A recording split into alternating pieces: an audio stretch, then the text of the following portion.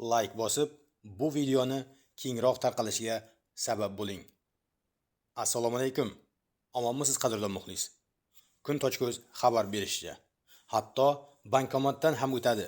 Turkiyadan kelayotgan va aslida farq qilmaydigan qalbaki dollar. O'zbekistonga chet davlatlar, ayniqsa Turkiyadan qalbaki dollar kirib kelishi holatlari uchramoqda. Parallel ravishda o'zbek so'mini qalbakilashtirish ham ko'payyapti.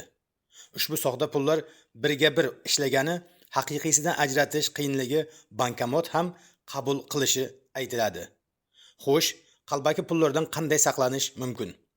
O'zbekistonda biror savdo do'koniga kirib, xarid uchun 200 ming so'm qiymatidagi pulni uzatsangiz, aksariyat hollarda sotuvchi yarim hazil, yarim chin shaklda soxta emasmi ish qilib deb so'raydi.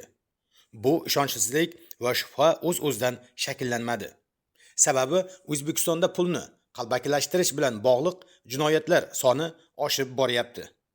Hatto qalbaki dollar ham so'm sotuvchilar ijtimoiy tarmoqlardagi yopiq kanallar orqali bemalol faoliyat yuritishga kirishmoqda. Turkiya va qalbaki dollar. Keyingi vaqtlarda qalbaki dollar haqida gap ketganda Turkiya davlati tilga olinadigan bo'lib qoldi.